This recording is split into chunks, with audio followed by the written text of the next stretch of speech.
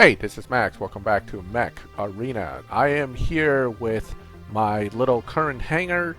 What I'm going to talk to you today about is doing CPC random battles, control point clash random battles by yourself, and what to watch for and how to try to maximize your chance of winning.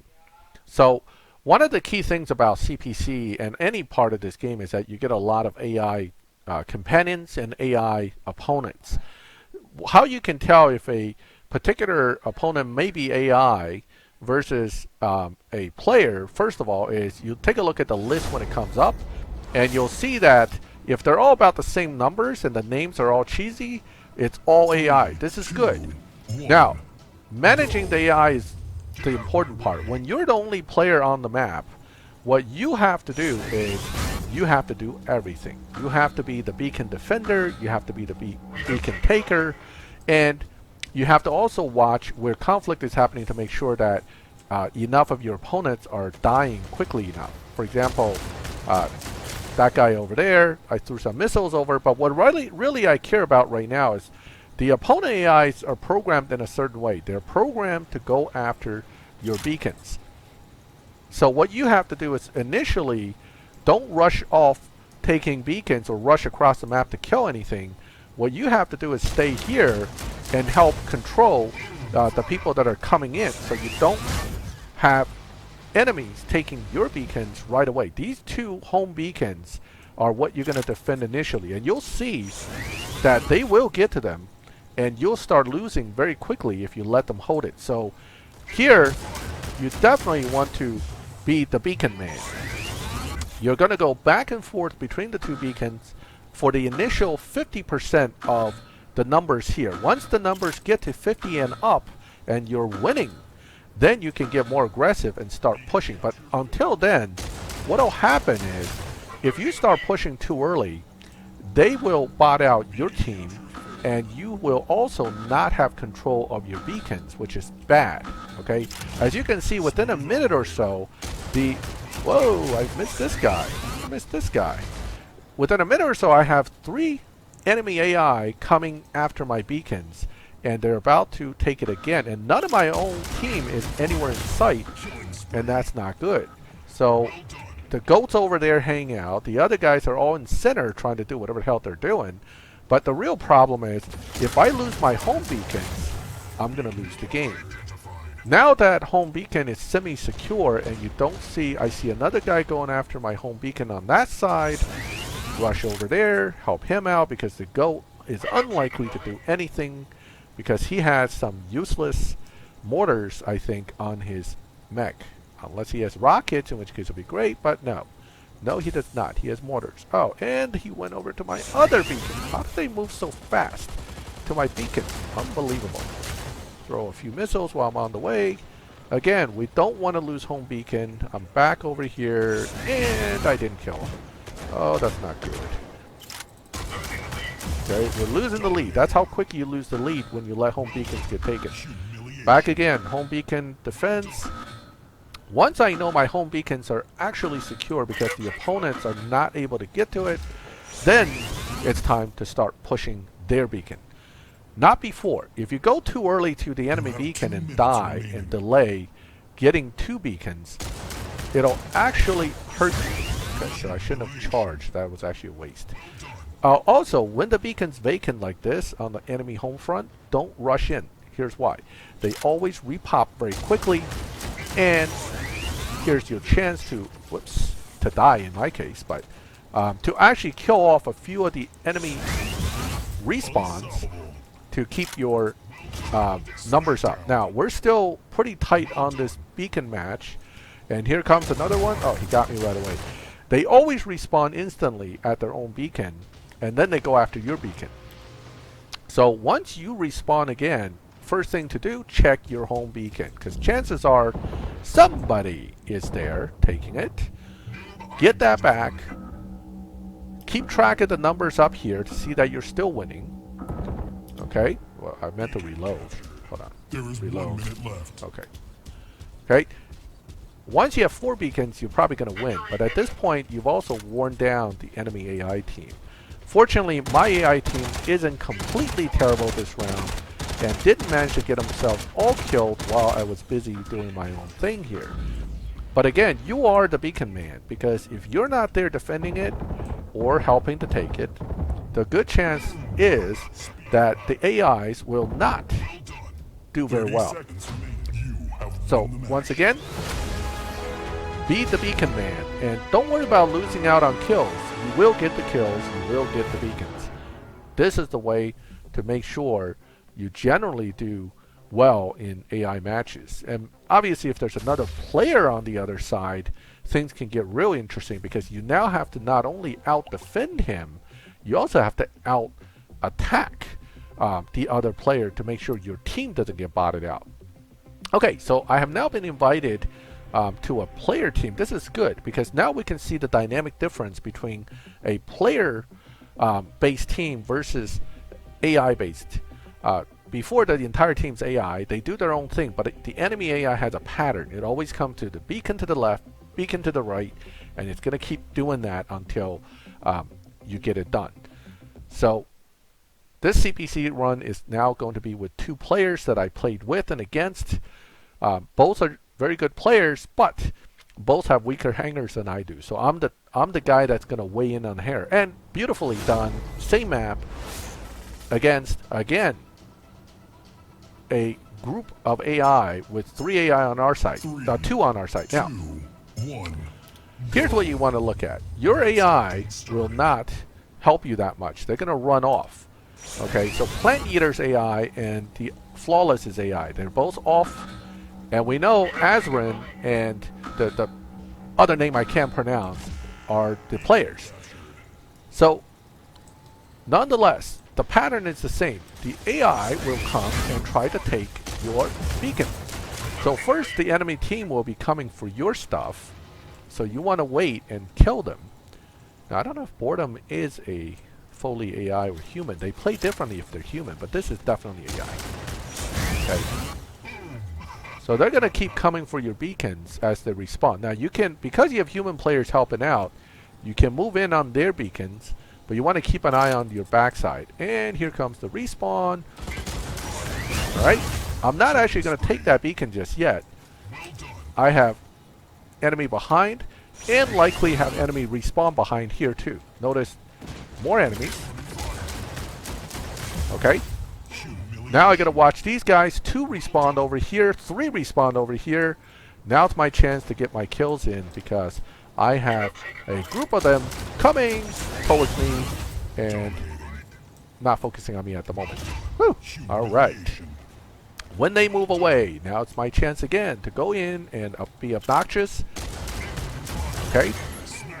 Now Pterodactyl is AI. Oh, gotta move. You know why? Because those things land on you, they're going to kill you. Now, the good thing is he can't do much. He can just stand around, and when you're within 30 meters, he can try to cancel you. But that AI is very easy to destroy. Sometimes I leave him be if I'm getting overwhelmed. Now, check your back. Check your beacon, because they're going after it non-stop. That's what they do. That's what AIs will do. They will keep going after your beacons until such a time it feels that it's met to go. Here's another one trying to take the other one already. And that you can lose on beacons even if you're with players, because everybody gets focused on busy trying to kill off things, and we forget that the counter is moving the entire time. Here goes another one trying to take beacons. Okay, they're going to respawn here, so I'm going to be careful. I don't want to run in there and get killed until I'm reloaded. Then I'll go in and get killed. Okay, here we go. Now I can come in here safely, in a sense, to take this beacon and kind of seal the deal for our win. Okay? Once you have 4 beacons, now it's killing time. You can now chase kills if you want. And they're going to respawn here or at the red beacon right there. So you have 2 spots where they'll respawn. Goodbye, Boredom. Okay. And we're done. So, player team, again, I wasn't chasing kills. I was just defending my beacon and moving between them, and I still managed to get more kills. Simply because it's better to to let the enemy come to you so you can kill them, rather than running over the map chasing some guy and then get shot in the back. That's just the way I think is better when you play, to make sure that this is the way to get the best result possible. Alright, I don't... oh, I think they stayed, but I didn't. I don't ever stay on a team when it's AI teams. No matter how good the AI were, when you were in there with them, the next round, they're going to screw you. They're going to become a bunch of headless chickens running around, not getting beacons and not able to kill anything, even though the round before they were absolute monsters of destruction. Keep in mind that the game changes the AI play pattern round to round. Staying with them does not help you. Leave, come back again, and do it that way. That's the best way for you to get good results out of each round with AI enemies. Alright, so I'm going to do one more solo. Since they didn't re-invite me, I think because they went into the next game. It's not because they didn't want to re-invite me. I jumped out. That's my fault. But let's do one more AI run with hopefully AI teammates without AI opponents. Okay, this map is a little trickier overall, but again, mostly AI opponents and AI teammates. Now you look at your numbers and theirs. If your guys' numbers are all lower, you're probably on a loser team. Okay, so you're gonna have to do double hard the work, because now not only are your AIs easier to kill, they're gonna suck at killing, they're gonna suck at taking beacons, they're gonna just suck in general. So you're basically doing double the work at that point. But again, you know one thing's for sure, their AI programming is to come after your beacons. So getting center beacon is nice, but it's not a priority at this point. Now my Barbacoa just did a lot of punishment on them, and we already got 3 beacons, so my team actually is pretty good. Unless they go out there and get killed, I'm pretty happy with what they're doing so far. And of course they also block my shots, which happens a lot. Okay, they're going to keep coming for the center beacon. You actually, until you bot down their team, it's not really necessary to chase beyond the point of the center beacon. You just kind of go on left, go on right, and you can kill off everything that's coming in on both sides, and they will keep coming. They will keep coming. Don't worry about that. Okay, once this side's done, you can see there's a pile up over here coming in. I need to be reloaded and prioritize who I'm going to kill. Okay, and I have this guy shooting me, which is going to be a problem, because he's hard to kill. These plasma guys are always a pain. Oh man. Alright. Now, if I can reload fast enough, I will jump back in there with my defense mech right now, activate and shoot them down. Now notice he went after my beacon again. Never forget, they will keep going after your home beacon if they can't get the center. So don't expect the enemies to just stop. They don't. They keep... The AI has a pattern. It's going to go for the beacon that is least defended at any given time. Now the good thing about this mech is with the shield up, I can get shot in the butt and it won't hurt me that badly because it still goes to my shield first. Reloaded. Tell me you're on my side. Oh, you're on my side. Why are you shooting me in the butt then? Okay. Okay, so again, center beacon, they always go after whichever beacon is the most accessible at the given time. Center beacon being a priority in this map. But at this point, we're ahead, they're not.